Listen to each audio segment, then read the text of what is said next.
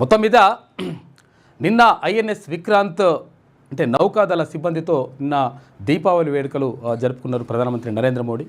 ఈ సందర్భంగా పాక్ను మోకాలపైన నడిపించడం 100% పాక్ పైన వేసినాం అనేటువంటి మాట చెప్పిండు. దీంతోపాటు ఆపరేషన్ కగార్తో ఇక్కడ దేశంలో ఉన్నటువంటి మావోయిజాన్ని నక్సలిజాన్ని పూర్తిగా తుడిచిపెట్టేటువంటి ప్రయత్నం చేస్తూ ఉన్నాం. అందులో భాగంగా ఈ ఆపరేషన్ కగార్ కొనసాగుతూ ఉంది.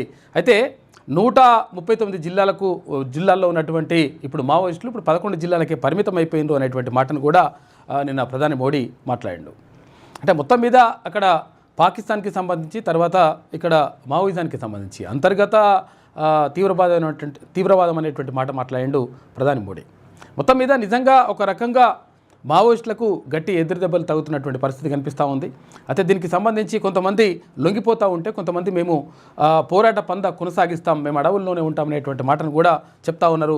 అభయ్ పేరుతో మరొక లేఖను బయటకు విడుదల చేసినారు మావోయిస్టులు. ఇట్లా కొనసాగుతూ ఉంది.